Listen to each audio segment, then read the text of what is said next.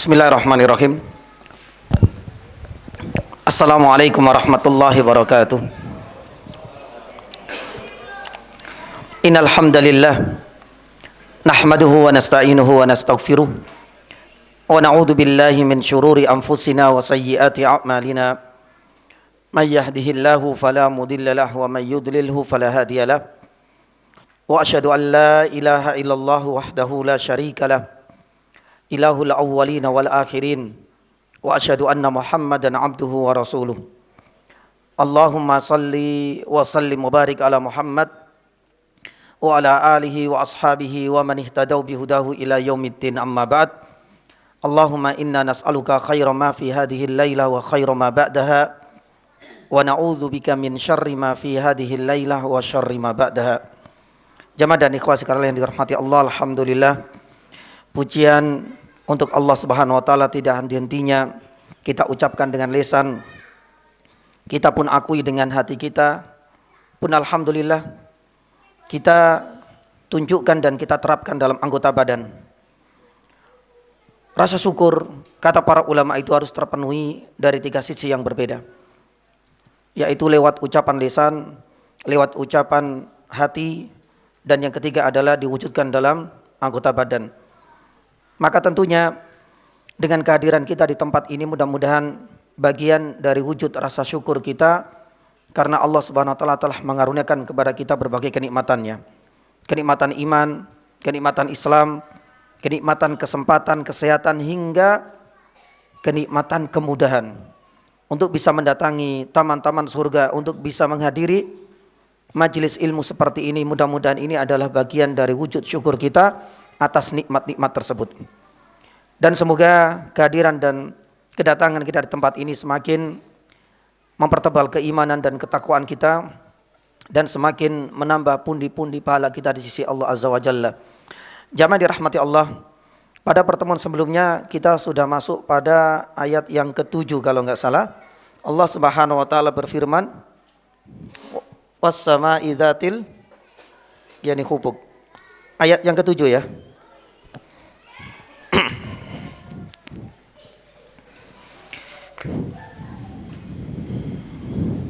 Baik. Ayat yang ke-7 Allah Subhanahu wa taala berfirman, was-sama'i dzatil hubuk. Ya, dulu kita sudah membahas as-sama, kemudian tafsir dari dzatil hubuk.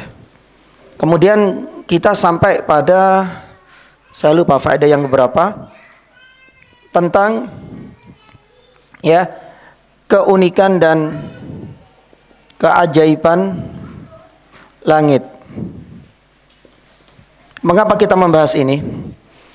Tentu ketika ada satu objek yang dijadikan oleh Allah Subhanahu wa taala sebagai sumpahnya, itu pasti menyimpan ya keunikan, kelebihan dan keutamaannya. Sebagaimana dulu kita sampaikan, kenapa Allah Subhanahu wa taala sampai bersumpah wal asr, demi masa. Ya, karena memang waktu itu adalah sebuah kenikmatan yang sangat-sangat bernilai dan berharga, namun sebaliknya banyak dilupakan oleh manusia. Maka dengan adanya sumpah Allah wal asr, itu sebagai bentuk reminder dan pengingat agar kita tidak mengabaikan penting dan urgennya waktu. Sama juga dengan setiap benda-benda dan objek serta makhluk Allah Subhanahu wa taala yang jadikan sebagai sumpahnya Allah, itu pasti akan menyimpan berbagai pesan, mungkin kelebihan, mungkin barangkali keutamaannya. Maka disinilah kita dulu membahas kenapa Allah Subhanahu wa taala menjadikan as-sama, langit, sebagai objek di dalam dakwanya, yang kita sudah ulas dahulu, karena langit ini diciptakan tanpa apa? Tanpa tiang, dan sudah kita bahas ya. Yang kedua, langit ini Allah Subhanahu wa taala ciptakan dengan 7 apa? 7 lapis. 7 lapis apa 7? Ya, karena dulu ada perbedaan ya di kalangan para ulama tafsir, ada yang mengatakan 7 lapis, 7 planet, bilangan yang tidak terbatas. Pun demikian dengan 7 apa dulu? 7 atmosfer, tapi semuanya terbantahkan. Karena di dalam surat Nuh ayat 15 Allah Subhanahu wa taala mengatakan ya, bahwasanya langit itu sab'a yani mawat tibaqah. La tibaq itu artinya apa? Lapis. Dan ini memang selaras dan sejalan dengan penuturan seluruh para ahli tafsir. Bahwasanya lapis di sini samawat itu adalah lapisan langit. Ini sudah kita ulas. Adapun yang ketiga, jamaah yang dirahmati Allah Subhanahu wa taala, di antara keajaiban langit hingga Allah Subhanahu wa taala menjadikan sebagai objek di dalam sumpahnya, karena langit ini amat luas. Ya. Terbentang ya, tanpa mampu untuk dijangkau oleh yakni manusia. Hal ini tentunya berbeda dengan bumi. Orang bisa mengukur mungkin diameternya bumi, misalnya lautan, daratan, manusia juga untuk bisa menjangkaunya. Tapi luas yakni langit ini, ya, hampir tidak bisa dipastikan secara valid hasil dari riset dan penelitian manusia berapa sih bentangan yakni langit ini. Maka Allah Subhanahu wa taala berfirman, yakni jamaah, ini sampai di sini ya. Di dalam surat Az-Dzariyat nanti disebutkan lagi. Di dalam surat Dzariyat ayat yang ke-47. Allah Subhanahu wa taala firman apa? Was-sama banainaha bi aidi wa inna lamusiun. Lah di sini nanti kita akan ya sampai pada ayat ini. Kita baru sampai ayat yang ke-7. Wa inna lamusiun. Ya. Memang ini adalah salah satu di antara keunikan langit. Allah Subhanahu wa taala membentangkan yakni langit tanpa seakan-akan tanpa ada batas sama sekali, dan manusia tidak akan bisa untuk menjangkaunya. Kemudian di antara keunikan yang keempat yang ini kita bahas yakni hari ini juga, ya dulu sampai di sini kalau nggak salah. Ya, yang ketiga kemudian yang keempat. Yang keempat ini jamaah yang dirahmati Allah Subhanahu wa taala, ya, bahwa langit ini Allah Subhanahu wa taala yakni ciptakan dengan apa? Ya. Allah Subhanahu wa taala ciptakan Allah Subhanahu wa taala akan hancurkan dengan mendetail secara terperinci, yang itu tidak kita jumpai di dalam ciptaan-ciptaan Allah Subhanahu wa taala yang lain. Makanya kalau seandainya kita lihat yakni langit ini ketika diciptakan oleh Allah Subhanahu wa taala, runtutannya itu benar-benar rinci. Sebagaimana tatkala Allah Subhanahu wa taala, walaqad karramna bani Adam. Manusia ini memang Allah Subhanahu wa taala muliakan. Makanya penciptaannya disebutkan secara mendetail. Satu contoh misalnya dalam surat Al-Mu'minun ayat 12, 13, 14. Ini kan proses penciptaan manusia secara mendetail. Karena apa? Ini adalah bagian dari bukti walaqad karramna bani Adam di dalam surat Al-Isra. Allah Subhanahu wa taala memuliakan manusia. Coba kita lihat apakah proses secara mendetail, tahapan demi tahapan penciptaan ini juga terjadi pada makhluk-makhluk yang lain? Tidak akan kita jumpai. Bagaimana penciptaan yakni hewan? Tidak akan dijumpai. Prosesnya ini secara mendetail berbeda dengan manusia. Karena apa? Manusia punya kelebihan. Walaqad karramna bani Adam, kata Allah Subhanahu wa taala. Pun demikian dengan langit. Kalau kita lihat benda-benda langit, apapun alam semesta ini akan hancur. Paling disebutkan 1, 2 yakni saja tahapan. Atau paling tidak misalnya idza syamsu kuwirat. Cuma itu. Ya. Misalnya kemudian an-nujum kadarat. Cuma itu saja. Bagaimana Allah Subhanahu wa taala menghancurkan setiap benda-benda yang ada di alam semesta ini. Tapi untuk langit subhanallah, Allah Subhanahu wa taala sebutkan secara mendetail. Kenapa hal ini berbeda dengan benda-benda yang lain? Karena langit punya apa? Punya keunikan, keajaiban, punya kelebihan dibandingkan dengan yang lain. Maka kalau kita telisik yakni jamaah yang dirahmati Allah, prosesnya itu ada 5. Yang pertama itu adalah insyikok. Al-insyikok. Ya, makanya Allah Subhanahu wa taala salah satunya ada surat Al-insyikok. Ya, ini maaf, saya salah. Seharusnya Al-infitor terlebih dahulu.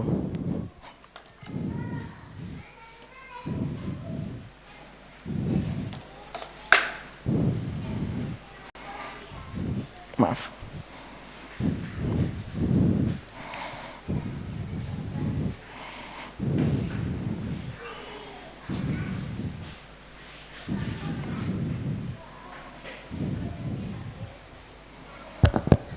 Baik.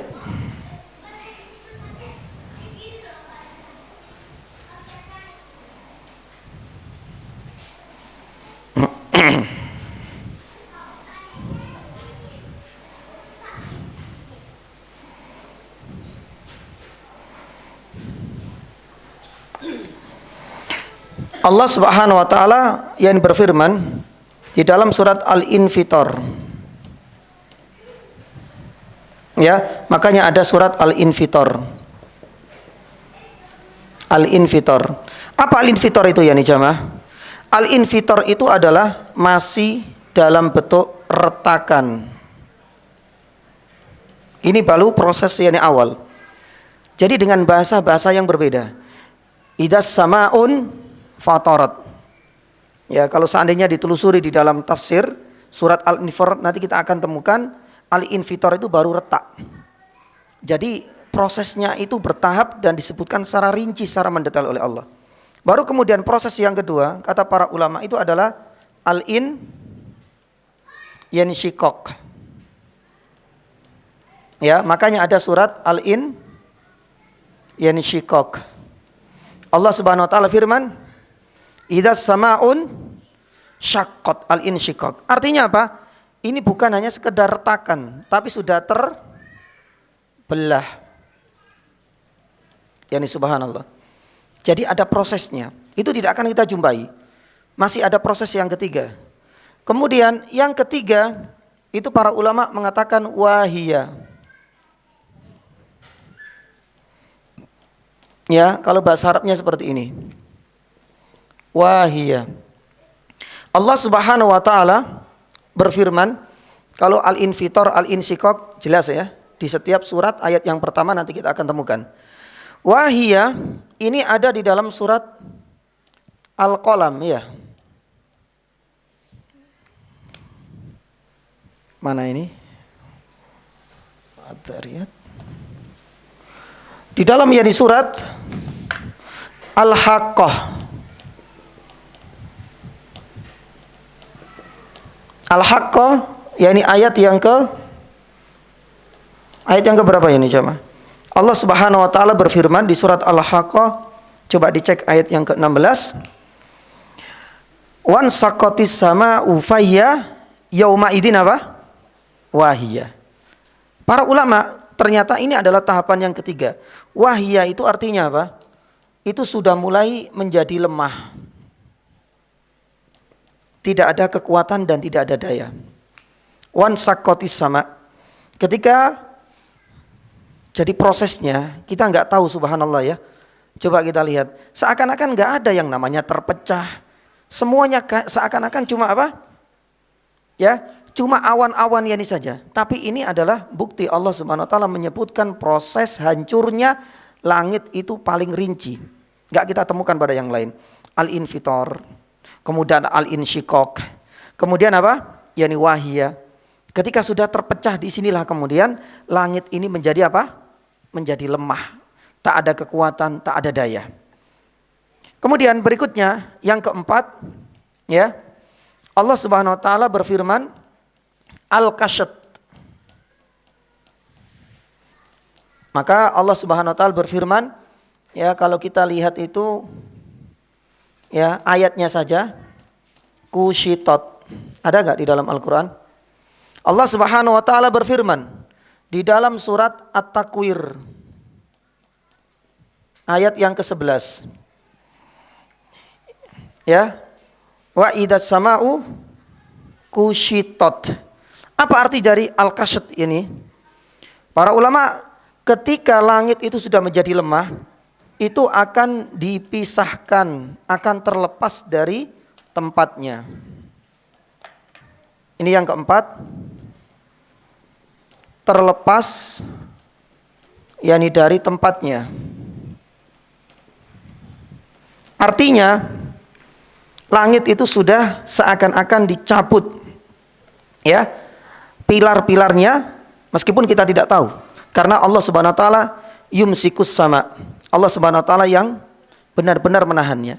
Tapi ini adalah proses. Ketika langit itu retak, kemudian terbelah. Kemudian belahan-belahan ini kemudian menjadi lemah, kushitot. Wahia. Kemudian yani kushitot. Menjadikan langit-langit benar-benar terpisah. Satu demi satu. Ini prosesnya. Baru yang terakhir apa? Allah Subhanahu wa taala kemudian melipatnya. Ya. Di dalam Al-Qur'an dinamakan yani at-tayyi. At-tayyi. Ya. At-tayyi. Makanya Allah Subhanahu wa taala berfirman di dalam surat Al-Anbiya ayat 104. Yauma natwis sama katoyis sijilil kutub. Apa yang bisa kita pahami di sini? Para ulama ilmu tafsir ini adalah tahapan terakhir, baru Allah Subhanahu wa taala melipat pecahan-pecahan ya langit ini kemudian dengan tangannya. Yauma nawatis samaa katoyis sijilil kutub di dalam surat Al-Anbiya ayat 100 yani 4. Jamaah yang dirahmati Allah Subhanahu wa taala. Inilah ya di antara keunikan yang keempat hanya kita jumpai pada makhluk Allah yaitu as-sama. Maka pantas dan memang layak. Kenapa Allah Subhanahu wa taala menjadikan langit ini salah satu objek di dalam yakni sumpahnya. Karena disebutkan paling lengkap dan paling mendetail dan itu tidak kita jumpai pada makhluk-makhluk yang lain. Yang terakhir yang kelima, jamaah yang dirahmati Allah, ya, faedah atau keajaiban yang kelima dari langit, Allah Subhanahu wa taala ciptakan ya dari asap. Saya lupa kalau dalam bahasa yakni ilmu yakni astronominya, tapi nanti bisa dilihat. Allah Subhanahu wa taala berfirman di dalam surat Fussilat ayat yang ke-11. Di mana Allah Subhanahu wa taala berfirman, ya. Allah Subhanahu wa taala yani wahyadukhan. Allah Subhanahu wa taala itu ternyata menjadikan asal muasal dan materi ya atau maddah bahan dasar langit itu ternyata wahyadukhan, yaitu dari semacam yani asap. Sesekali kita coba ya, kita baca riset penelitian para ahli astronomi terutama, itu ternyata mereka berbeda pendapat mengenai asal muasal bahan yang dipakai untuk menciptakan langit ini apa. Kalau seandainya bumi mereka tahu, planet-planet yang lain mereka tahu.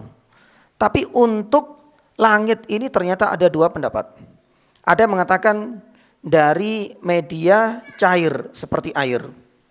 Di antara para saintis ada yang mengatakan itu berasal dari asap. Maka di sini jamaah dirahmati Allah, di dalam surat Fussilat inilah ada sebuah kisah yang menjadikan salah satu astronot dan dia memang ya punya beberapa pengalaman dalam bidang ilmu astronomi yang akhirnya menjadikan dia masuk Islam. Kenapa demikian? Profesor yakni Dr. Yoseido Kenzai, nanti bisa dilihat, itu kan ada proses dia itu akhirnya masuk Islam, tertarik dengan hasil penelitian panjang terhadap asal muasal langit ini diciptakan. Karena kalau dalam dunia sains itu ada dua pendapat. Apakah langit ini memang berasal dari sesuatu yang wujudnya cair ataukah dari yakni asap? Semenjak awal Yoseido Kenzai ini dari Jepang itu memang ada kecondongan ini dari asap. Tapi dia belum bisa memastikan. Sampai ketika ada seorang Muslim yang menceritakan tentang kemukjizatan Al-Quranul Karim dengan menyitir surat Fussilat ayat yang ke-11. Disitulah kemudian ya dia mendapatkan satu pencerahan. Kenapa? Dia itu tidak terbayangkan bagaimana Al-Quran, satu, yang sudah bertahan 14 abad yang lalu. Yang kedua, Al-Quran memang identik dengan Kitabul Hidayah. Tapi kenapa? Ya, 14 abad yang lalu tentang asal muasal penciptaan langit itu sudah dibahas oleh Al-Quranul Karim yang itu tidak terbayangkan. Dia hanya mengambil referensi rujukan itu dari kitab-kitab yakni sains murni. Yani subhanallah. Disebutkan dalam sebuah riwayat, kalau tidak salah yakni Tariq ibn Zaidan itu kemudian bisa bertemu dengan Profesor Dr. Yoshide Konsei. Yang akhirnya hal ini menjadi gerbang dan jembatan dia mengantarkan dirinya masuk yakni Islam. Dia tertarik bagaimana mungkin hal ini bisa terungkap 14 abad yang lalu tanpa disadari oleh manusia. Yang kedua, ya subhanallah. Setelah diteliti ternyata memang asap itulah memang paling dekat, paling layak untuk dijadikan sebagai bahan dasar diciptakannya apa? yakni langit. Nanti bisa dilihat yakni kisah beliau akhirnya kemudian masuk yakni Islam. Jamaah dirahmati Allah, ini adalah di antara beberapa ya keunikan, keajaiban yakni langit. Langit ya tanpa tiang diciptakan, 7 lapis. Kemudian langit itu amat luas, ya surat Az-Zariyat 47 nanti kita akan sampai pada ayat tersebut. Kemudian akan dihancurkan oleh Allah pada hari kiamat paling mendetail, tidak kita jumpai pada benda-benda di alam semesta ini yang lain. Ya, ini rinciannya mulai dari awal 2, 3, 4 sampai 5 dan yang terakhir ciptaan Allah Subhanahu wa taala ciptakan yakni dari asap dan ternyata itu memang selaras dengan hasil riset penelitian para ahli astronomi dan menjadi salah satu sebab salah satu profesor doktor yang membidangi dalam ilmu ini akhirnya masuk Islam. Taib. Kemudian yang terakhir saya enggak tahu nomor berapa faidah dari ayat ini yakni jamaah. Enggak tahu nomor berapa ini. Keajaiban nomor berapa, Pak? Ada yang nulis 4. Nomor berapa ini? Anggap saja ini 4 ya, saya lupa ini. Lah ini yang kelima. Ya. Faedah yang kelima itu adalah hikmah. Taib. Pengulangan sumpah yakni Allah Subhanahu wa taala. Masih ingat ya? Di ayat yang pertama, kedua, ketiga, dan keempat, bukankah sudah ada sumpahnya Allah? Wadzariyati dzarwa. Kemudian, fal rati wikra, fal jariyati, fal muqassimat. 4 ayat ini sudah selesai sebenarnya. Allah Subhanahu wa taala sudah menutup dengan 4 ayat yang diiringi dengan sumpah semua. Baru kemudian innamatu aduna la shadiq wa inna dina la waqi. Masalahnya, kenapa di ayat yang ke-7 Allah Subhanahu wa taala mengulang kembali dengan sumpah wasama? Ternyata ini menjadi perhatian serius bagi seorang ahli tafsir. Mungkin kita mengenal Fakhruddin Ar-Razi. Di dalam tafsirnya Mafatihul Ghaib, ya, dalam tafsirnya Mafatih yakni Al-Ghaib, ya sebagian di antara masyarakat kaum muslimin ada yang memiliki kitab ini. Biasanya tafsir Baghawi, tafsir Al-Khazin, tafsir Jalalain, kadang-kadang tafsir Ibnu Katsir plus yakni tafsir Ar-Razi Mafatihul Ghaib, itu biasanya ada yang menjadikan ini bagian dari koleksi di dalam kitab-kitab rujukan mereka dalam dunia ilmu tafsir. Taib. Ternyata Imam Ar-Razi di dalam kitabnya Mafatih Al-Ghaib itu punya perhatian serius. Digali, dicari, apa sebabnya hal ini terulang kembali.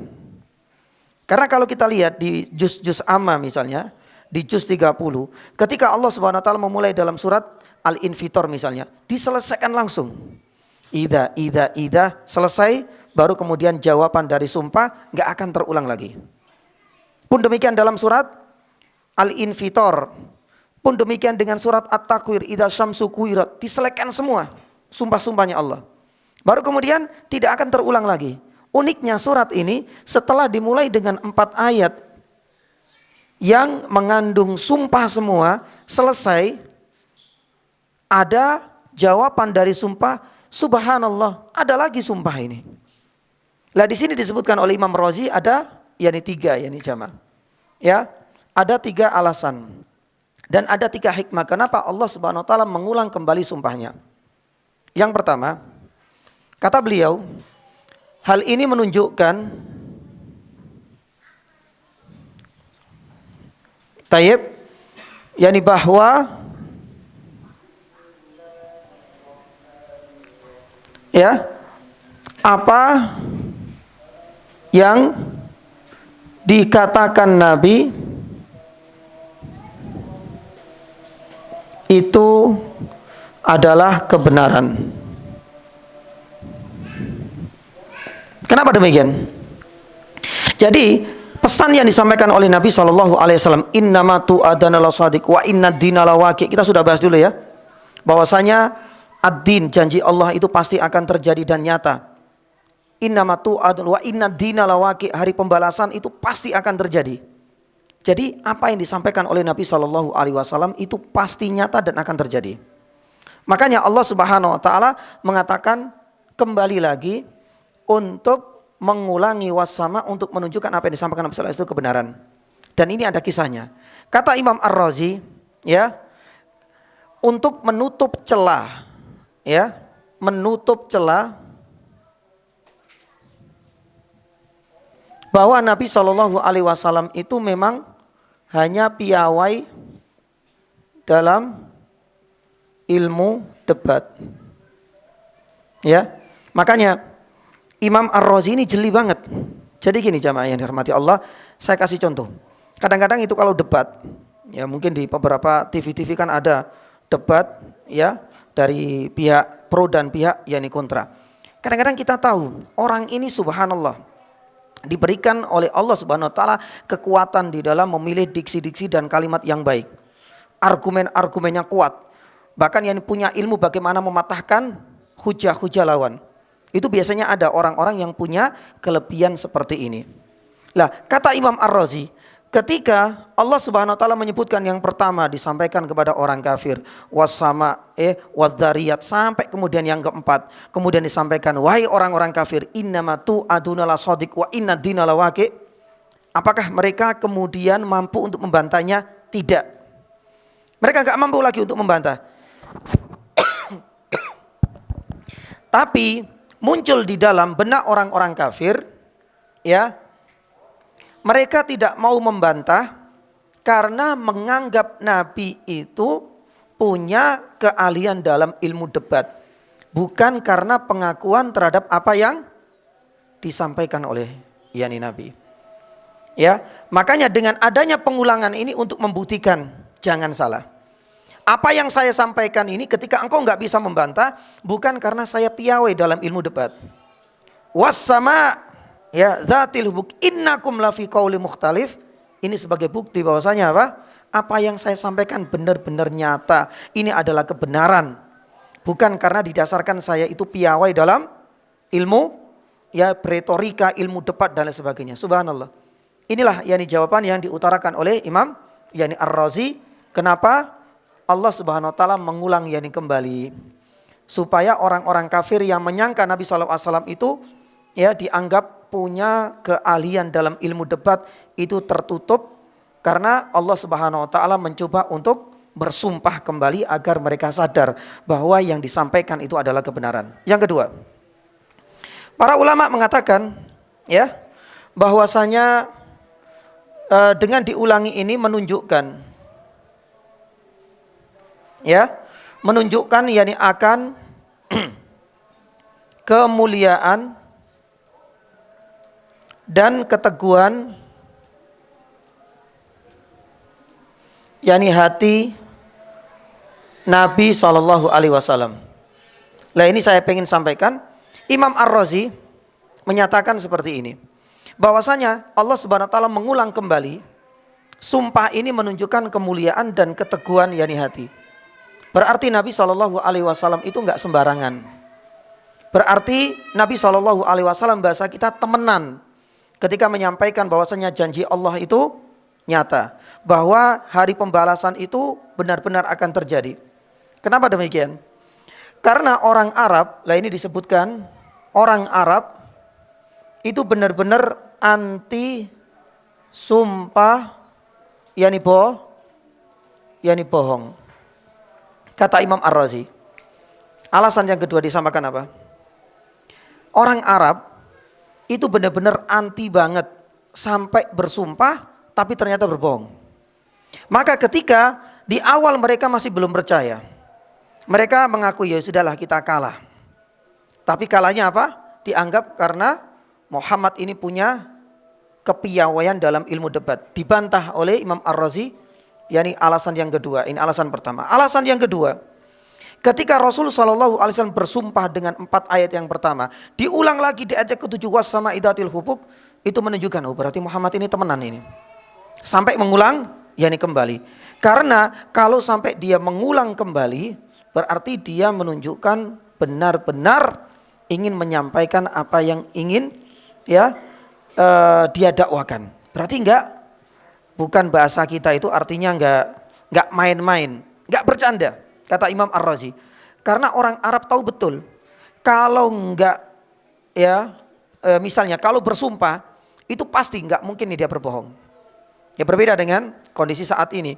Kadang-kadang kita disumpah di pengadilan saja masih bisa berbohong. Budaya orang Arab enggak. Kalau sampai dia itu bersumpah berarti pasti dia memang benar-benar teguh, yakni pendiriannya, menunjukkan kemuliaan orang tersebut, dan apa yang disampaikan itu adalah yakni kebenaran. Ya, inilah di antara 2 alasan utama. Masih ada alasan yang lain. Kita cukupkan yakni sampai di sini. Kita masuk di ayat yang ke-8 yakni bi'idznillah taala, dan ini agak sedikit panjang. Allah Subhanahu wa taala firman, "Innakum lafi qaulun mukhtalif." Ya. Ini yang paling panjang. Makanya Imam Al-Qurtubi di dalam tafsirnya Al-Jami' li Ahkamil Quran, innakum lafi qaulin mukhtalif. Ini adalah jawaban dari qasam was sama. Ketika Allah Subhanahu wa taala bersumpah demi langit dzatil hubuk, ya. Kemudian jawabannya apa? Innakum lafi qaulin mukhtalif. Bahasanya kalau kita lihat terjemahnya apa? Sungguh kalian orang-orang kafir itu dalam kondisi berbeda pendapat. Tapi sebenarnya disinilah menunjukkan ketidakkonsistenan atau inkonsistensi yang dialami oleh orang-orang kafir. Dalam hal apa? Nanti kita akan disebutkan penafsirannya. Ya, Nabi SAW tegas kepada orang-orang kafir. Sudah dikasih tahu innamatu aduna la sodik wa inna dina la waqi. Kok masih ngenyel, masih berkilah, masih berkelit? Maka Allah Subhanahu wa taala mengulangi lagi was-sama'i dzatil hubuk, sekalian bantah. Innakum lafi qaulin mukhtalif. Bahasa kita perkataanmu, ucapanmu wahai orang-orang kafir itu penuh dengan kerancuan. Dalam hal apa? Kita buktikan di sini. Imam Al-Qurtubi rahimahullahu taala menyebutkan ada 3, tapi ditambah oleh para ahli tafsir bahwasanya kerancuan ucapan orang kafir itu ada 4. Ayat yang ke-8, innakum lafi qaulim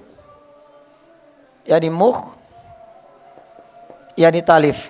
Lah disinilah mukhtalif itu tidak hanya berbeda pendapat seperti kita rapat, kita mau bangun masjid 2 lantai atau 3 lantai, nggak ada masalah tentang perkara-perkara duniawi.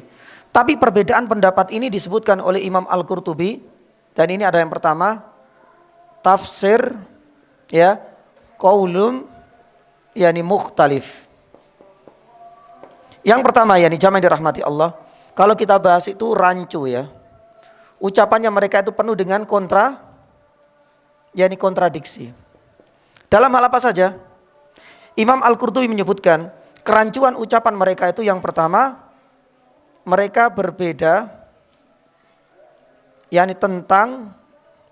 tentang apa? Kepribadian Nabi. Jadi Rasul SAW langsung bantah, innakum lafi qaulin mukhtalif. Ente itu enggak acek semua kalian ini. Kalian itu enggak konsisten. Terkadang A, kadang-kadang B. Pagi tahu, sore tempe. Lah, dalam hal apa saja? Yang pertama kata Imam Qurtubi dalam kepribadian Nabi SAW.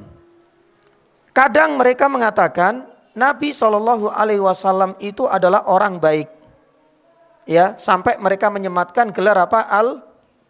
Al-Amin. Coba kita lihat. Makanya di dalam sebuah sirah nabawiyah, Nabi SAW ketika usia 35 tahun, itu ada satu peristiwa besar ketika Ka'bah ini direnovasi. Semua berbeda pendapat ketika Ka'bah ini sudah selesai, siapa yang berhak untuk meletakkan apa? Hajar Aswad. Mereka hampir berbunuh-bunuhan. Karena di antara mereka sampai mencelupkan jarinya ke dalam darah. Nah, kalau sudah masuk ke dalam darah jari jemarinya, ini sudah dianggap sebagai apa? Kode keras. Berarti sebentar lagi akan ada peperangan dan pertumpahan darah. Jadi tensinya tinggi di sini. Subhanallah, akhirnya salah satu pembesar di antara mereka, Al-Walid, itu langsung mengambil jalan tengah. Wes lah. Ya, kita baru selesai merenovasi apa? Ka'bah. Hanya karena faktor mengembalikan sampai kemudian mau terjadi peperangan. Tensinya tinggi, emosinya sudah memuncak semua. Satu kabilah menganggap saya yang paling berhak untuk membalikan, yang lain enggak, saya. Dan begitulah ya kegaduhan yang terjadi di depan Yani Ka'bah. Al-Walid langsung maju. Ini bahaya. Bisa jadi ya nanti yang hancur itu adalah Hajar Aswad, pun demikian dengan apa? Ka'bah yang baru selesai direnovasi. Maka mereka sepakat ya dengan mengikuti arahan dari Al-Walid ibn Mughirah. Sudah kita sepakat. Tahu enggak itu ada pintu? Ya, ada mengatakan pintu Yani Bani Syaibah. Banyak pintu Masjidil Haram kala itu. Sekarang lebih banyak lagi. Kalau yang umrah itu kan banyak, sampai berapa itu? Ada bangunan baru dikasih nomor, dikasih nama, Yani pintu. Al-Walid mengatakan siapapun yang masuk masjid ini lewat pintu Bani Syaibah ini, maka dialah yang paling berhak untuk mengembalikan apa? Hajar Aswad. Subhanallah, ditunggu-tunggu semuanya. Ternyata yang masuk siapa? Rasul sallallahu alaihi wasallam. Apa yang dikatakan oleh orang-orang kafir yang sedang menanti di sana? Atana al-amin. Coba. Dan itu sepakat. Telah datang kepada kita al-amin. Bukan atana Muhammad, tapi atana al-amin. Karena memang Nabi SAW itu memiliki track record yang bagus. Yani bahasa kita itu memang pembeda, anti mainstream. Kalau di saat mereka itu banyak minum minuman keras, Nabi pembeda enggak. Banyak di antara mereka menyembah berhala dan menyentuh pun Nabi SAW yani enggak pernah. Di mana riba, pelacuran, sampai tawaf dengan kondisi telanjang, Nabi SAW beda. Enggak seperti itu. Apalagi dengan kata-katanya yang jujur dan amanah. Pantas mereka menyematkan gelar Al-Amin untuk Nabi SAW. Ya. Makanya ada yang kemudian berandai-andai, ya seandainya bukan Nabi SAW yang datang dari pintu itu, tapi Abu Jahal, kira-kira masih sepakat enggak? Kemungkinan enggak? Ya kemungkinan ya nih enggak, karena Abu Jahal ini track recordnya ya enggak karu-karuan. Tapi subhanallah, atana al-amin, sudah. Apa yang kemudian dikatakan oleh orang-orang kafir yang hampir berbunuh-bunuhan? Rodina, rodina. Coba kita lihat. Kalau yang datang itu al-amin Muhammad, ya sudah. Pasti yani kita akan ridho dengan setiap apa yang dia lakukan. Sudah. Itu seakan-akan aklamasi sudah. Mereka sepakat mufakat. Lah di sini Nabi SAW sekalipun membantah mereka. Dulu kalian memberikan gelar kepada kami Al-Amin. Tapi kenapa? Dalam momentum yang lain Nabi SAW dikesankan punya perangai yang yani buruk. Gelar Al-Amin seakan-akan hilang. Seakan tertutupi dengan gelar-gelar yani buluk yang kalian berikan kepada saya. Apa saja? Lah ini banyak ya nih jamaah. Ya.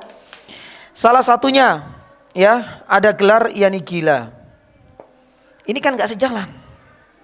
Allah Subhanahu wa taala berfirman di dalam surat Al-Qalam ayat 51. Lamma sami'ud dzikra wa yaquluna innahu lamaj. Loh. Ya, dalam satu waktu yakni Anda mengatakan saya Al-Amin. Tapi di sisi lain ketika ada keras, subhanallah gelarnya enggak biasa ini. Innahu lamajnun. Dia adalah orang yakni gila. Tapi bukan berarti kemudian gila ketika disematkan kepada Nabi sallallahu alaihi wasallam Al-Amin ini hilang, enggak. Buktinya apa? Nabi sallallahu alaihi wasallam sebelum hijrah, sebelum meninggalkan kota Makkah, itu kan berpesan kepada Ali bin Abi Thalib. Pesannya apa salah satunya? Ya, jadi kalau mereka punya kebutuhan, kepentingan, Nabi SAW ini dianggap sebagai bank. Ya, bahasa kita itu adalah tempat untuk menyimpan barang-barang penting, ya, atau aset-aset berharga, karena dirasa Muhammad ini punya kelebihan, yaitu apa? Yani Al-Amin. Makanya sampai 3 hari Ali bin Abi Thalib itu mengembalikan. Karena Nabi SAW sudah harus hijrah, meninggalkan kota Makkah bersama Abu Bakar. Tapi sebagai wujud al-aminnya Nabi sallallahu alaihi wasallam. Bukan berarti kemudian saya sudah diusir dari Mojokerto ini. Ya, mumpung ya ini barang-barangnya mereka, ya sudah saya bawa saja sekalian. Lah ini sebagai bentuk pembalasan. Nabi sallallahu alaihi wasallam tidak. Pesan kepada Ali, balikkan ke si fulan A, si fulan B dan lain sebagainya. Coba kita lihat. Sampai detik-detik terakhir sebelum Nabi sallallahu alaihi wasallam hijrah, mereka masih menganggap Nabi sallallahu alaihi wasallam itu al-amin. Dapat dipercaya, kata-katanya jujur. Itu kalau ada kepentingan. Itu orang kafir seperti itu. Tapi giliran keras karena Nabi sallallahu alaihi wasallam sering berdakwah. Allahu Akbar. Satu yani gila. Ya, lama sami'u dzikrah. Yang kedua, dalam momentum yang lain mereka mengatakan Nabi sallallahu alaihi wasallam ini tukang apa? Yani pendongeng, maaf. Pendongeng. Allah Subhanahu wa taala berfirman di dalam surat Al-Furqan ayat yang kelima. Wa qalu asatirul awwalina iktatabaha fayatumla alai bukrata wa asila. Loh. Ya giliran Nabi sallallahu alaihi wasallam menyampaikan ayat, jangan dengarkan. Ini adalah dongengan, kisah-kisah atau bahasa kita cerita-cerita fiktif yang tidak ada kebenarannya. Itu disematkan kepada Nabi sallallahu alaihi wasallam. Apakah berhenti di sini? Tidak. Ketika mereka sudah benar-benar keras, Nabi sallallahu alaihi wasallam dianggap sebagai apa? Tukang yani sihir, pun demikian sebagai pendusta. Lah coba, apakah matching ini jamaah? Kan kontradiksi. Mereka mengatakan al-amin, jujur, amanah. Di sisi lain mereka terkadang ngomong kepada Nabi sebagai seorang pendusta. Allah Subhanahu wa taala berfirman di dalam surat yani Shad ayat yang keempat. Allah Subhanahu wa taala menceritakan orang-orang kafir. Wa qalal kafiruna yani hadza sahirun yani kadzdzab. Hati-hati dengan Muhammad. Muhammad ini tukang sihir, Muhammad ini pendusta. Makanya Nabi sallallahu alaihi wasallam ini langsung innakum la fi qaulin mukhtalif. Engkau menyikapi saya ini gimana? Kadang-kadang engkau tetap menyatakan saya ini punya al-amin, tapi di sisi lain gelar-gelar ini menunjukkan apa? Ucapanmu itu qauli mukhtalif, rancu, kontradiktif. Jamaah dirahmati Allah, ya. Ini adalah salah satu di antara sekian yang banyak gelar-gelar buruk yang disematkan kepada Nabi Shallallahu alaihi wasallam yang menunjukkan kontradiksi. Di satu sisi mereka memuji Nabi Shallallahu alaihi wasallam, menyematkan gelar al-amin, mereka punya kebutuhan langsung kepada Rasulullah. Tapi di sisi lain ternyata kalau mereka punya kepentingan, artinya ketidaksukaan dengan yang diajak, yang didakwakan, yang disampaikan oleh Nabi, subhanallah, ini adalah bukti dalam Al-Quran. Gelar-gelar buluk pun disematkan. Padahal gelar ini tentunya kontradiksi dengan al-amin. Termasuk yakni dalam surat Shad. Ya, termasuk diantaranya Nabi Shallallahu alaihi wasallam itu disebut adalah kalau ini sebagai penyihir ya. Kalau ini disebut orang yang disihir. Agar orang lain itu takut berinteraksi, bergaul dengan Nabi Sallallahu Alaihi Wasallam. Karena orang yang terkena sihir itu kan biasanya kadang-kadang tidak bisa mengendalikan apa? Dirinya. Maaf ya, kadang-kadang orang sihir itu kadang-kadang kan linglung, kayak kelihatan orang stres dan lain sebagainya. Nah, itu adalah gelar buruk. Artinya ini dijadikan sebagai alat dan media agar orang-orang kafir lain jangan mendekat Muhammad karena dia ini orang yang stres terkena sihir. Allah Subhanahu wa taala ya berfirman di dalam yakni surat apa? Al-Isra ayat 47. Allah Subhanahu wa taala firman, "Wa qala adh-dhalimuna in tattabi'una illa rajulam mashura." Hati-hati, Muhammad ini adalah yakni orang yang stres, orang yang terkena sihir. Jadi enggak usah dekati. Dan yang terakhir yakni jamaah yang dirahmati Allah, ya, ini sebutan dari istrinya Abu Lahab. Siapa? Ummu Jamil. Dia mengatakan Muhammad itu bukan Muhammad tapi Muzammam. Jangan dipakai nama ya. Muzammam itu jelek karena Muzammam itu lawan kata dari apa? Muhammad. Ya, kalau Muhammad artinya apa? Terpuji. Kalau Muzammam artinya apa? Ya, ini tercela. Padahal ketika Rasulullah SAW diberi nama oleh kakeknya, dan ini pendapat yang paling sahih insya Allah menurut para sejarawan, Yang ngasih nama itu adalah kakeknya Abdul Muthalib. Ketika ditampilkan kepada seluruh penduduk kota Mekah, mereka semuanya gak ada yang protes. Bahkan ketika ditanya, wahai Abdul Muthalib, kenapa disebut Muhammad? Agar kelak Nabi SAW ini benar-benar dipuji oleh ahli sama wa alil ard, penduduk langit dan penduduk yang di bumi. Dan memang nama Muhammad ini sesuai dengan track record Nabi SAW. Semuanya berubah total ketika Rasulullah SAW berdakwah. Lah disinilah kemudian hubungannya mulai retak dengan bibinya. Ya, kita tahu pasca Allah SWT menurunkan surat siapa? Al-Lahab. Karena surat Al-Lahab ini paket. Satu paket. Satu vonis untuk Abu Lahab, vonis juga untuk siapa? Istrinya. Satu paket. Maka saking bencinya tidak hanya Abu Lahab, istrinya Ummu Jamil ini sampai disebutkan di dalam Mustadrak Imam Ahmad, Imam Al-Hakim, dan diyakini oleh para ulama ilmu hadis, hadisnya ini sahih dari Asma yani binti Abi Bakar. Kenapa yani Asma? Karena Asma ini mendapatkan cerita langsung dari ayahnya. Abu Bakar kala itu menemani Nabi SAW sedang duduk di depan Ka'bah. Ternyata Ummu Jamil ini datang ke rumah mencari Nabi SAW. Di mana Muhammad? Muhammad yani sedang bermunajat, beribadah dengan Abu Bakar. Dari kejauhan Abu Bakar cerita, karena si Ummu Jamil ini bawa batu. Abu Bakar merasa nggak enak. Kenapa nggak enaknya? Bukan karena dia sekedar wanita, bukan hanya sekedar yani dia itu bawa batu khawatir nanti Nabi SAW terluka, tapi dia itu bibinya sendiri dan tahu bagaimana marahnya, bencinya dia kepada Nabi SAW. Disampaikan kepada Rasulullah, ya Rasulullah, bagaimana ini? Kayaknya dia ini mau melempar yani batu ke jenengan. Nabi SAW mengatakan, gak ada masalah, coba kita lihat nanti reaksinya. Apa yang terjadi yani jamaah? Ternyata Allah SWT butakan penglihatan saat itu. Ummu Jamil gak bisa melihat Nabi SAW meskipun duduk di samping siapa? Yani Abu Bakar. Di mana Muhammad? Padahal Nabi SAW ada di situ. Ya. Kemudian karena Muhammad ini hajani, di dalam ilmu balaghah itu adalah salah satu tujuan syair. Karena Ummu Jamil masih meyakini Al-Qur'an itu adalah apa? Yani penyair. Penyair itu enggak ada ya. Mungkin yani nanti kita tuliskan. Karena Nabi SAW itu dianggap sebagai penyair yani juga. Akhirnya kemudian dia mengatakan bahwasanya mudhammaman abaina wa amrohu asoina wa dinahu qolaina. Artinya apa? Coba kita lihat. Satu-satunya orang ini mengatakan mudhammam. Nama Muhammad diganti oleh dia dengan mudhammam. Mudhammam artinya ganti dari plesetan dari Muhammad. Mudhammam ini adalah orang yang abaina. Kita tidak peduli lagi dengan namanya mudhammam.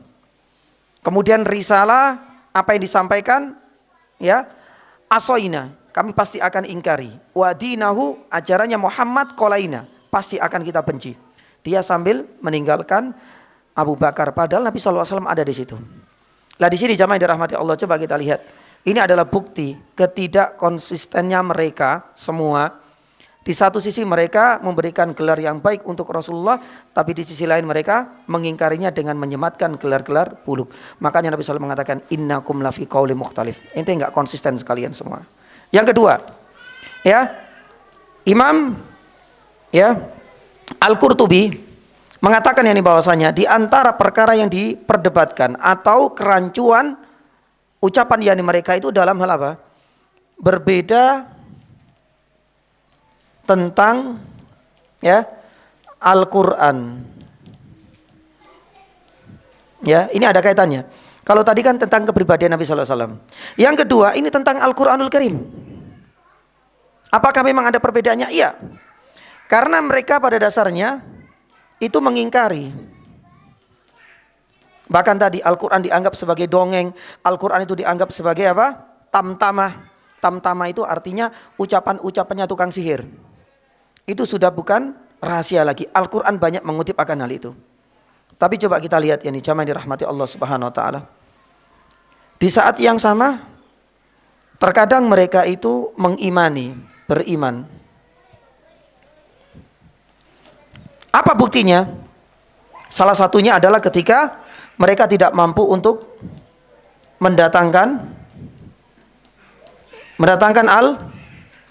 Al-Quran. Maaf ya, bahasa kita itu mungkin umdo ya orang-orang kafir itu. Cuma gede tok omongannya. Ketika mereka mengatakan Al-Quran itu adalah dongeng, Al-Quran itu penuh kedustaan, Al-Quran ini, ya wis, Al-Quran kan akhirnya Allah SWT membuka peluang. Simple, gini aja. Kalian semua kan orang Arab. Al-Quran diturunkan dengan bahasa yakni Arab. Al-Quran menantang di dalam surat Al-Isra. Kulla inistama'atil insu wal jinnu ala ayyatu bimithli hadal Quran. Ya sudah, kumpulkan seluruh para pakar ahli bahasa, linguistik, pakar sastra, kumpulkan, bahkan tidak hanya dari kalangan manusia, sampai dari kalangan apa? Yani jin, nggak ada masalah, kumpulkan mereka.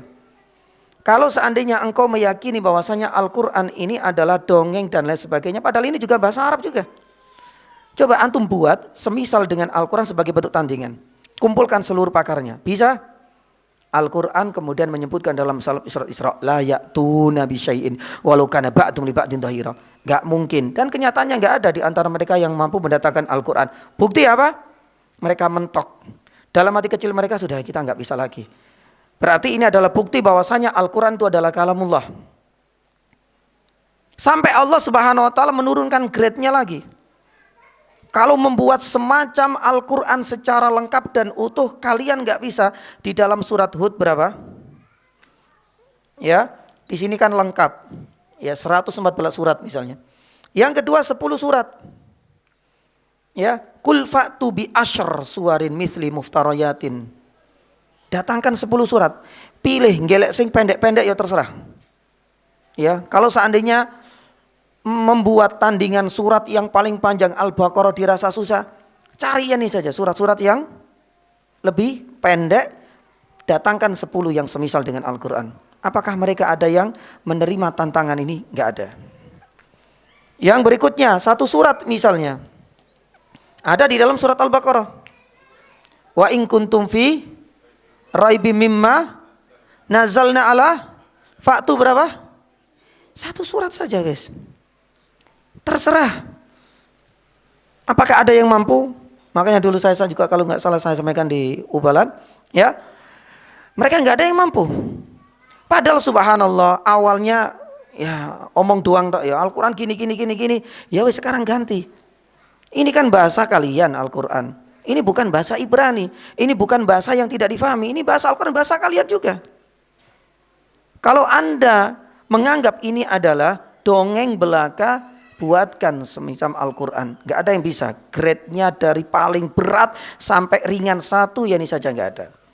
Ya, hanya saja di dalam sebuah riwayat, ya memang Musailamah Al-Kadzab inilah yang mampu, tapi dalam tanda kutip. Kemampuannya itu ternyata nanti tidak berbanding dengan kualitas Al-Quran itu sendiri, ya kualitas tandingan Al-Quran itu sendiri. Makanya disebutkan dalam kitab Bidayah wa Nihayah, yakni bahwasanya Musailamah Al-Kadzab dulu pernah kita sampaikan, itu kan apa? Mampu bisa menciptakan, menggubah lebih dari 5 surat. Yang dulu kita sampaikan di sini salah satunya adalah surat apa? Al-Wabr, Masya Allah masih ingat. Jangan dibaca dalam sholat ya, batal ya nih sholatnya. Ya Al-Wabaru ya Wabar. Ya, karena mencontoh ya letak dan susunan lafadz atau ayat di dalam surat Al-Asr. Wal asr, di sini ya wabaru ya wabar. Innal insana lafi khusr. Ya, sama tiga ayat, terakhirnya juga ra. Ya. Innama Mbak masih ingat ya? Kalau lupa alhamdulillah. Supaya nanti enggak dijadikan sebagai apa? Ya. Mungkin ya muqaddimah sihir wal yadubillah, yani jangan. Ya wabaru ya wabar. Innama anti yani udunani. Karena wabar itu semacam apa hewan? Marmut atau semacam kelinci. Innama anti udunani wasodr. Ya, yang nampak itu cuma 2, telinga yang panjang dan apa dadanya. Wasairuka hafrun yani sadr. Sedangkan dalamnya kosong. Ya karena memang kelinci atau marmut itu memang tertutupi oleh bulu-bulunya, dagingnya sedikit. Subhanallah. Amr ibn al-As ketika dikasih ya disuguhi ayat atau surat dianggap sebagai tandingan, wahai Amr, gimana responmu ini? Barusan ya kata Musailamah al-Kadzab ini ngakunya barusan turun wahyu dari malaikat, yakni Jibril, enggak tahu Jibril yang mana. Dia mengatakan barusan turun malaikat Jibril ngasih 3 ayat, enggak jauh beda dengan surat Al-Asr yang turun kepada Muhammad. Ya gimana responmu? Ya Amr ibn al-As itu tahu dia memang sangat mengidolakan Musailamah al-Kadzab. Tapi dalam hal apa? Dalam syair-syairnya itu subhanallah terkesima banget. Karena memang Musailamah al-Kadzab ini adalah orang yang ngaku nabi plus dia adalah seorang ahli bahasa, seorang penyair. Tapi giliran dia itu, Masya Allah, dan ini adalah bukti Allah SWT menjadikan apa? Keluh lisannya, ya, gubahan Al-Quran sebagai tandingan, gubahan tandingan Al-Quran itu enggak bernilai sama sekali. Artinya enggak berbobot. Tapi kalau syair-syair umum, subhanallah banyak yang takjub dengannya. Giliran ini Amr bin al-As sudah mengakui, oke lah kalau untuk syair-syair saya akui. Tapi ini untuk dijadikan sebagai tandingan Al-Quran enggak matching, enggak ada apa ya, enggak ada kelebihannya sama sekali. Enggak bisa disamakan dengan Al-Quran. Sampai dia mengatakan, wallahi innaka la ta'lam anni a'lam annaka takdzib. Islam Musailamah, ya istilahnya Amr bin al-As itu, semua juga tahu kalau seandainya ente pengen membuat tandingan Al-Quran itu enggak mungkin. Ini adalah sandiwara kebohonganmu, yani saja. Selesai masalah. Jamaah dirahmati Allah Subhanahu wa taala. Lah, ini adalah yani bukti. Yang lain dalam sebuah riwayat, dan riwayat ini yani banyak yang ya, ada yang mengatakan riwayatnya ini dhaif. Kalau enggak salah Syekh Albani, tapi sebagian yani ulama yang lain ya mengatakan bahwasanya riwayatnya ini sahih. Salah satunya adalah Syekh Ahmad Syakir dalam tafsirnya Umdatu yani at-tafsir, ya, di mana ada sebab yani turunnya ayat Al-An'am ayat 33. Nanti bisa dilihat. Itu ada yakni riwayat atau yang kita kenal dengan sabab nuzul. Allah Subhanahu wa taala firman potongannya, fa innahum la yukadzibunaka walakinnadz zalimina walakinnat bi ayatillahi yajhadun. Ini ada sebuah kisah. Kisahnya ini adalah tentang Abu Jahal. Taib. Abu Jahal, lah ini menunjukkan ketidakkonsistennya mereka. Abu Jahal ini pernah mengatakan langsung kepada Nabi sallallahu alaihi wasallam, "Inna la nukadzibuk." Ya, padahal sebelumnya dia mengatakan Muhammad itu pendusta. Ya. Tapi gonta-ganti seperti itulah. Pagi tahu, sore tempe dan begitu. Abu Jahal ngomong sendiri, "Inna la nukadzibuk." Wahai Muhammad, kita enggak bisa mendustakan kepribadianmu. Walakin nukadzibu bima ja'tabi. Yang kita dustakan apa? Yang kau bawa, yaitu Al-Quran. Makanya kemudian Allah SWT menurunkan surat Al-An'am ayat 33. Fa innahum la yukadzibunak. Wahai Muhammad, tapi ya ini inkonsistensi mereka. Mereka sebenarnya susah untuk benar-benar mendustakanmu. Karena kepribadianmu ini sebenarnya ya benar-benar tidak akan mungkin kita jumpai makhluk Allah di kota Makkah di masa jahiliyah sepertimu, sudahlah. Walakinnadz zalimina bi ayatillah. Tapi sebenarnya yang saya salah, seharusnya ini ya kisahnya di sini. Ya. Sebenarnya yang didustakan itu adalah apanya? Al-Qur'an, risalah yang kau bawa. Makanya ini kan tidak seimbang. Di satu sisi mereka mengakui beriman ketika sudah mentok, ya nggak bisa membaca Al-Quran. Tapi di sisi lain Abu Jahal salah satu untuknya mengingkari.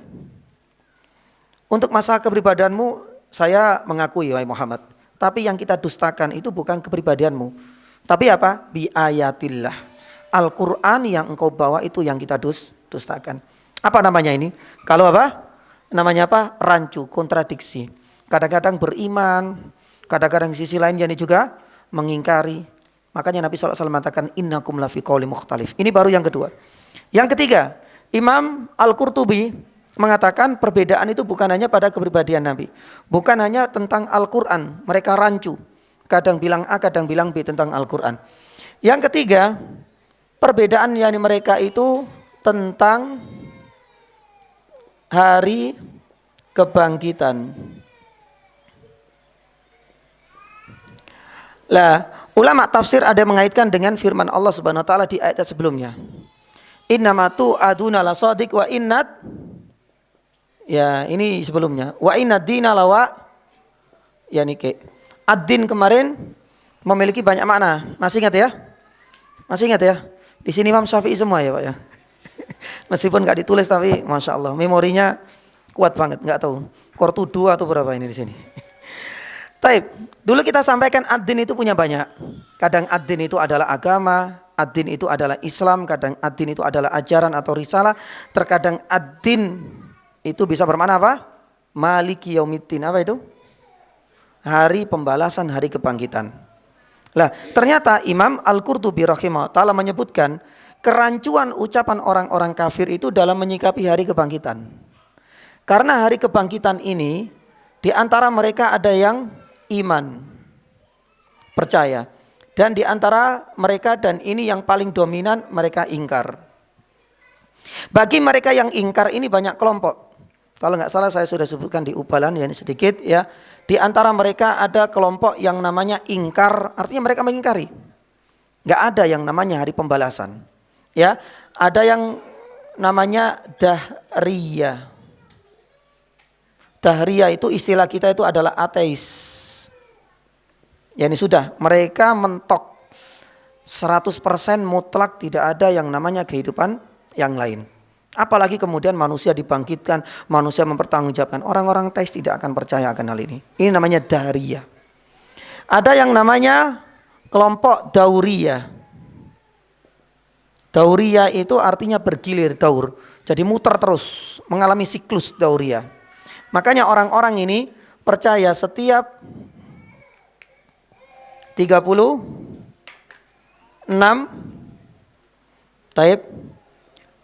ribu tahun manusia itu akan kembali lagi muter, ya siklus.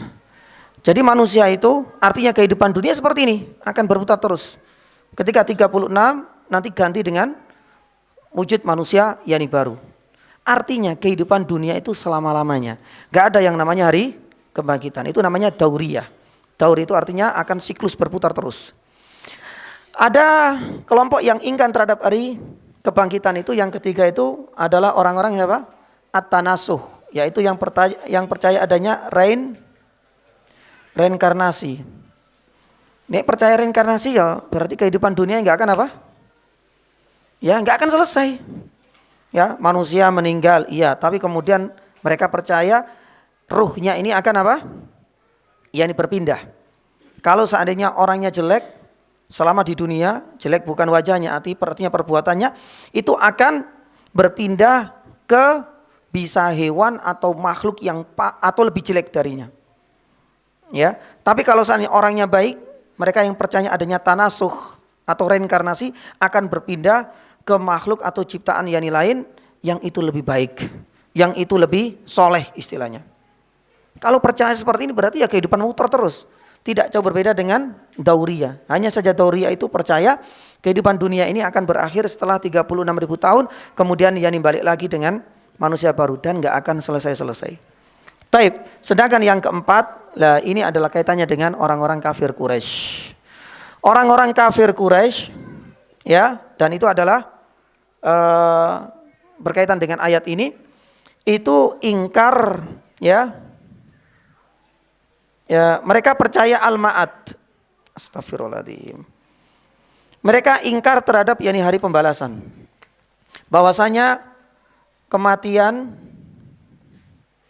ya itu cuma satu kali.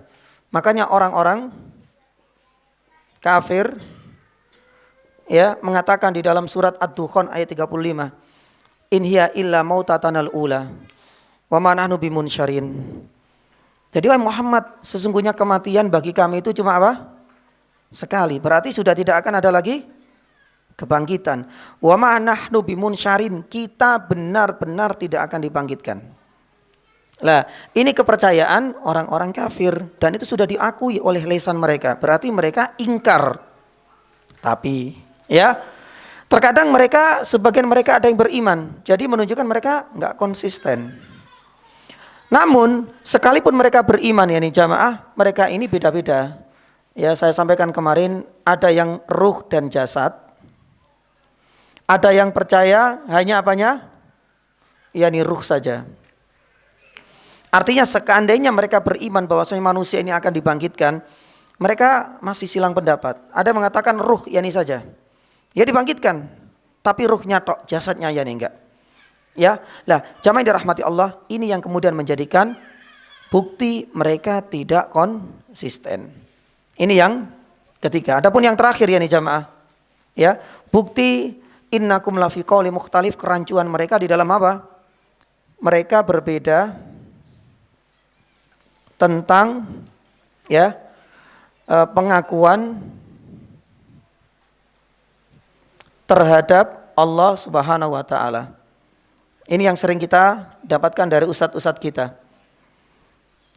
Terkadang mereka beriman terhadap Allah Subhanahu wa taala, imannya tapi hanya pada apa? Rububiyah. Tapi mereka ingkar dalam hal apa? Yani uluhiyah. Apa namanya ini kalau enggak lakum qouli mukhtalif.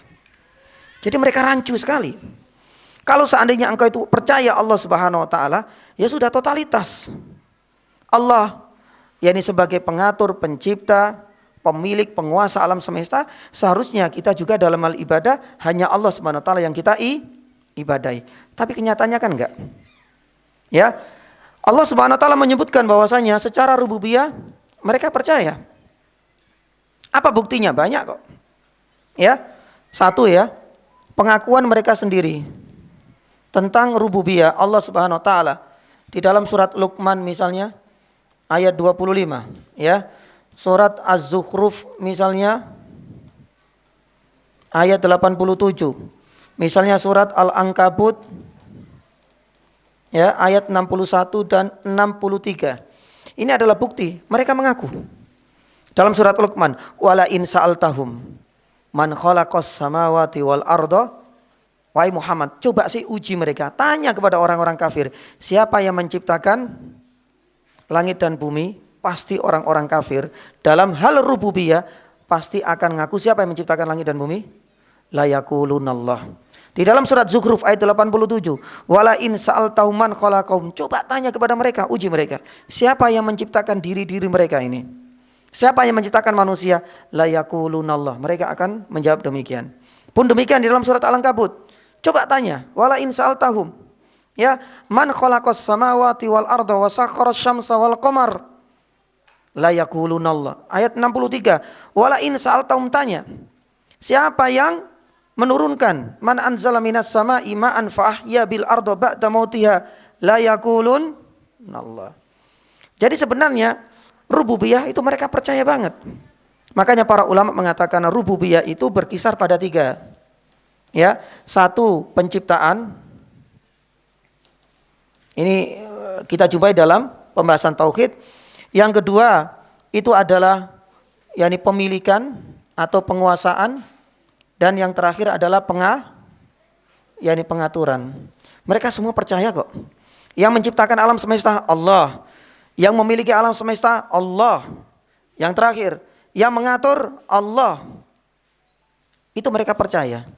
Lisan mereka mengatakan demikian. Ya. Bahkan yang dijamaah dirahmati Allah, bukti rububiyah ini ada banyak. Ya. Mereka masih beribadah. Tapi beribadahnya ini enggak apa? Ya, ini enggak totalitas. Mereka haji enggak? Mereka itikaf enggak? Itikaf. Sebagaimana Umar pernah bertanya kepada Rasulullah, ya Rasulullah, aku punya nazar. Dulu ketika masa jahiliyah aku pernah bernadar ini itikaf. Sekarang saya sudah masuk Islam, apakah saya harus membayar nadarku? Nabi SAW yani i'takif. Aufi binadrik. Karena itu adalah bagian dari ibadah. Jadi mereka sudah biasa. Ya mungkin barangkali kalau kita kaitkan dengan budaya masyarakat Indonesia, mungkin barangkali ada haji Abu Lahab, ada haji siapa? Abu Jahal, ya. Karena mereka semua haji setiap tahun, ya. Tapi yang jamaah dirahmati Allah Subhanahu wa taala, yang menjadi pembeda itu bukan karena mereka percaya secara totalitas, tapi mereka pisah-pisah. Mereka beriman pada satu yakni sisi, tapi mereka ingkar pada sisi lain.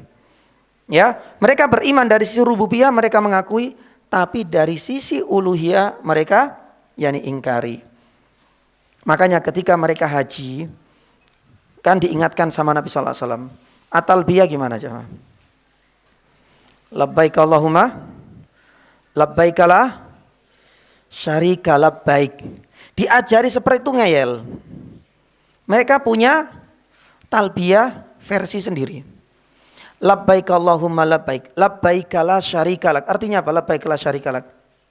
Berarti tidak ada apa? Sekutu, tapi ditambahi oleh mereka. Labbaik la syarika la illa syarikan huwa lak. Tuh. Ya, tidak ada sekutu bagimu kecuali sekutu yang khusus sudah kita miliki, yaitu apa? Berhala-berhala. Itu ribetnya mereka. Itu yang menjadikan apa? Meskipun mereka haji masih terkontaminasi dengan ya uluhiyah. Uluhiyah ini adalah ibadah. Jadi mereka mengingkari. Mereka sholat iya, tapi tetap ya ucapan doa-doanya juga ditujukan kepada yakni berhala-berhala mereka. Makanya di dalam surat Az-Zumar, ma na'buduhum illa liyuqarribuna ila zulfa. Keberadaan berhala-berhala ini adalah sebagai bentuk apa? Media tawassul. yakni agar bisa istilahnya itu adalah perantara. Ma na'buduhum, kita enggak langsung menyembah, tapi sebenarnya kita menjadikan dia para berhala ini sebagai perantara untuk disampaikan permohonan kita, permintaan yakni kita kepada Allah Subhanahu wa taala. Itu dalam hal ibadah. Jamaah yang dirahmati Allah, ini adalah di antara yakni bukti semuanya yang menunjukkan bahwasanya banyak sekali kerancuan. Makanya Nabi SAW mengatakan innakum lafi qaulin mukhtalif. Dalam hal apa? Imam Qurtubi mengatakan cuma 3. Ya. Tapi yang keempat ini ditambah oleh yakni para ahli tafsir yang lain. Jadi ada yang mengatakan bahwasanya kerancuan mereka di dalam menyikapi keberbedaan Nabi. Ya, pas ada kepentingan ngulu-ngulu, memuji-muji Nabi. Tapi giliran yakni ada mungkin keras ya. Nabi SAW dihajar habis-habisan, dan ini adalah bukti di dalam Al-Qur'an. Pun demikian, ketika mereka menyikapi tentang Al-Qur'anul Karim. Di satu sisi yakni mereka mengimani ya sebagaimana Abu Jahal ini. Yang mereka mengingkari ya. Mereka mengingkari, Abu Jahal mengingkari. Tapi di sisi lain mereka apa? Menyatakan yakni beriman. Ada sebuah riwayat yakni jamaah dirahmati Allah. Sebagian ulama mengatakan riwayat ini dhaif. Ya, disebutkan oleh Imam Baihaqi dalam Sunan Al-Kubra. Tapi sebagian yang lain ada mengatakan kisah ini hasan. Kisah ini berkisah ketika ada 3 asyraf, 3 pembesar suku Quraisy. Siapa saja? Abu Jahal, Abu Sufyan, dan Al-Akhnas ibnu Syarik.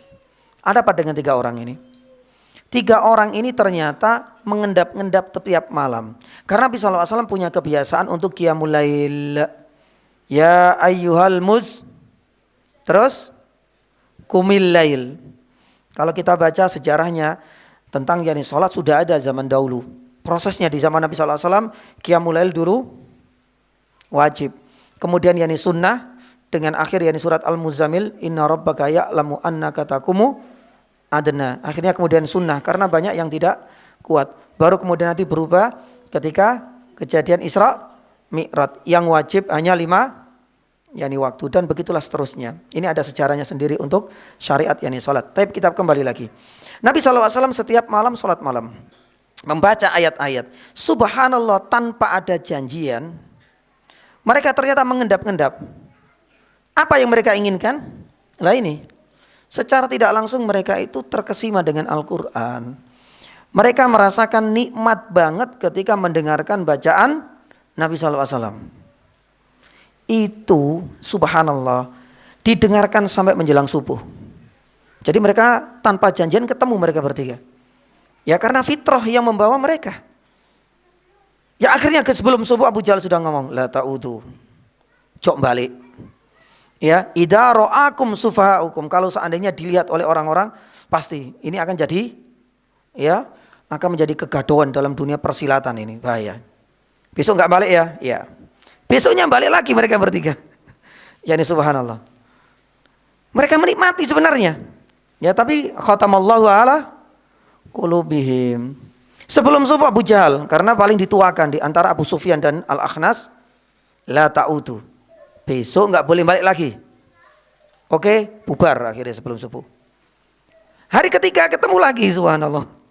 Lah, jamaah yang dirahmati Allah Subhanahu wa taala, ini adalah bukti bagaimana mereka, ya, menurut sebagian ulama yang mensahihkan riwayat ini menjadi bukti bahwasanya keyakinan mereka terhadap Al-Qur'an, sebenarnya hati nurani mereka percaya ini bukan kalimat biasa, ini bukan ucapannya Muhammad, tapi ini adalah bagian dari apa? Yani kalamullah. Karena mereka sendiri nggak bisa membantah, mentok loh di sini. Ya, tapi ya kalau ada kepentingan nggak suka pasti mereka ingkar, sebagaimana ya istilahnya paes-paes di bibir, istilahnya seperti itu. Abu Jahal mengatakan ketika ada kepentingan, yang kami dustakan itu bukan kamu, yang kami dustakan cuma Al-Quran. Ada ya ini saja.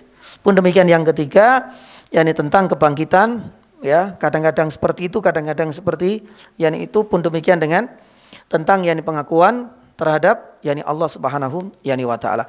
Adapun yakni faedah yang terakhir yakni sebenarnya yakni jamaah dirahmati Allah, yang terakhir dari gabungan ya. Ini kan yang pertama tafsir qaul mukhtalif. Yang kedua itu adalah korelasi.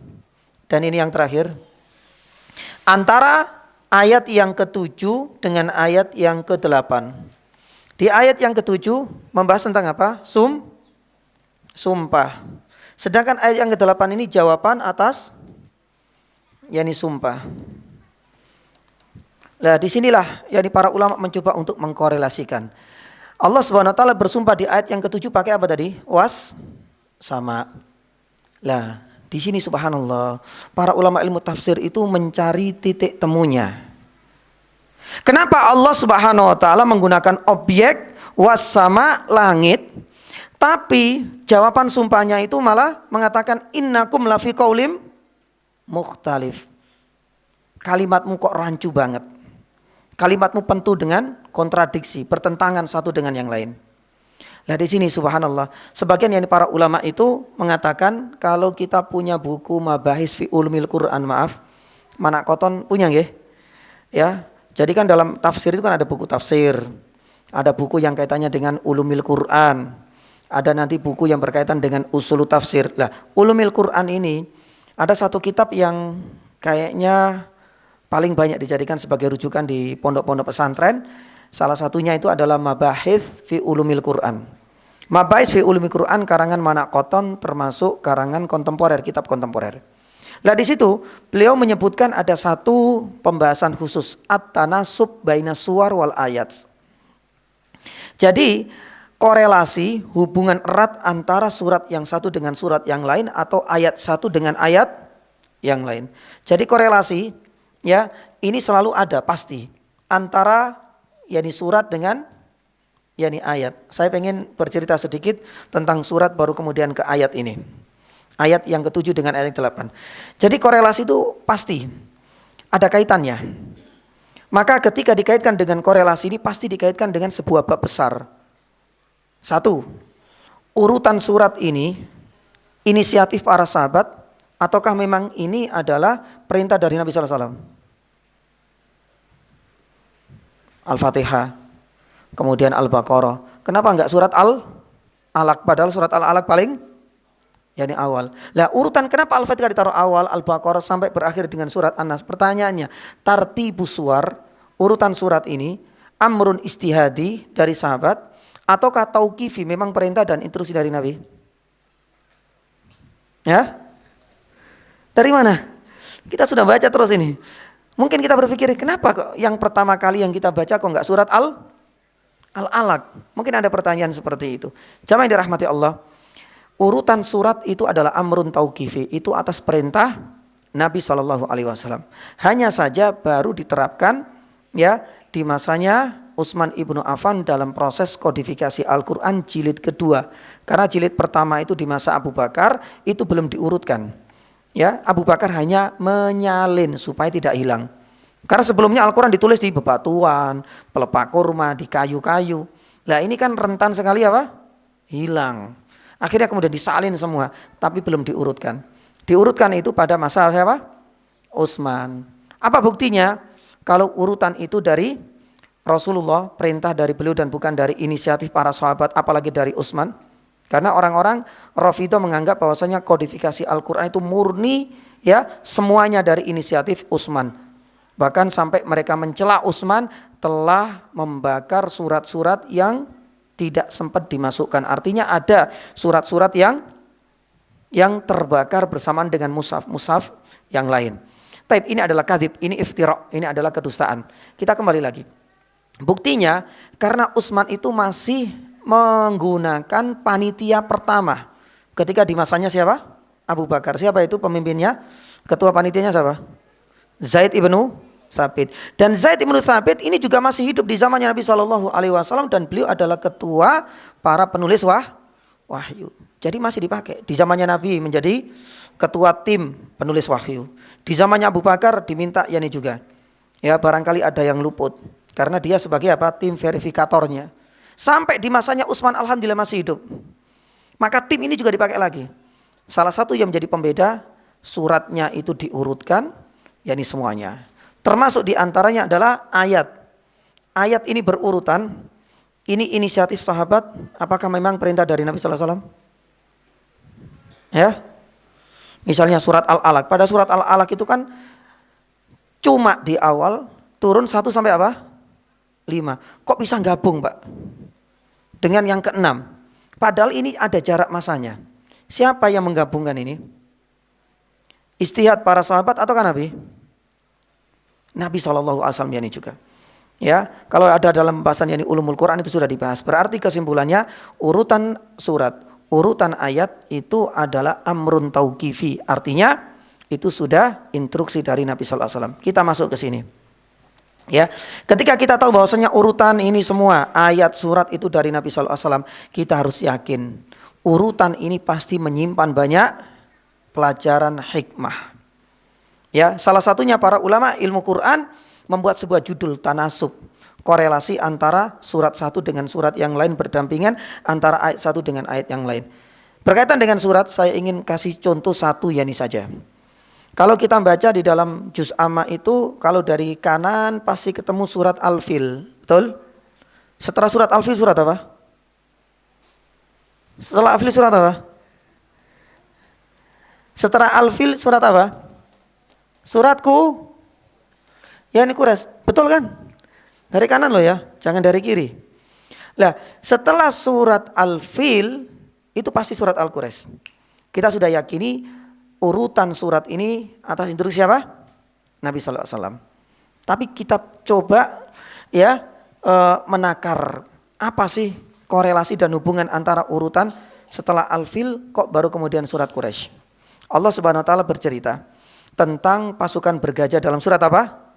Al-Fil. Coba kita kaitkan dengan surat Quraisy.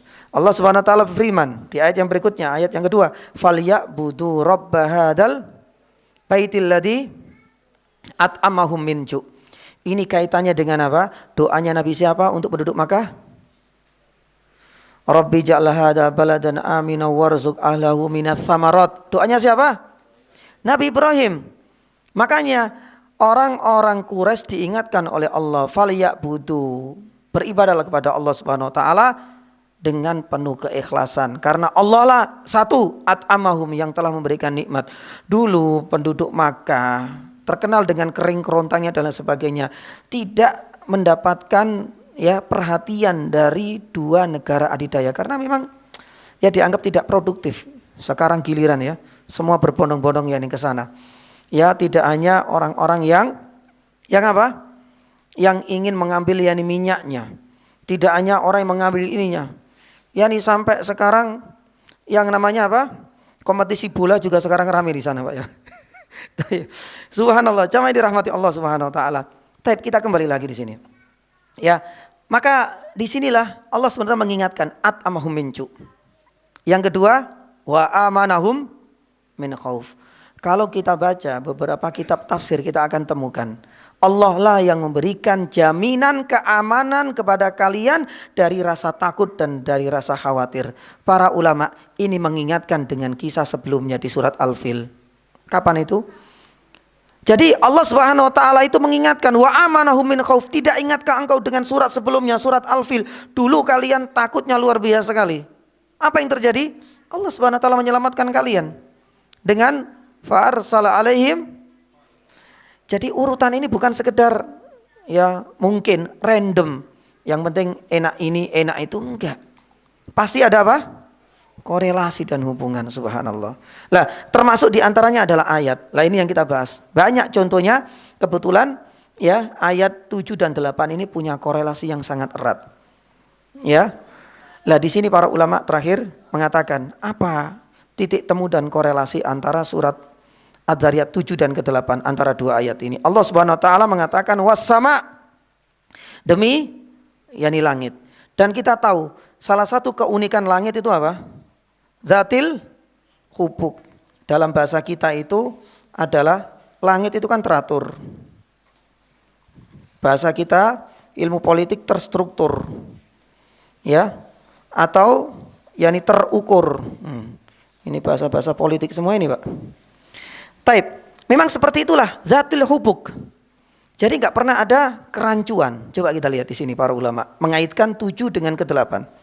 Langit ini Allah Subhanahu wa taala ciptakan dengan kelebihan-kelebihan, dzatil hubuk, indah, teratur, ya. Tapi di ayat yang ke-8 ketika Allah Subhanahu wa taala mengingatkan bahwasanya ada kontradiksi. Nah, makanya di sini itu seperti apa gambarannya? Wahai orang-orang kafir, tidak malukah kalian yakni dengan ciptaan Allah? Langit yang Allah Subhanahu wa taala ciptakan teratur, terukur, indah, terstruktur. Tapi ucapanmu apa?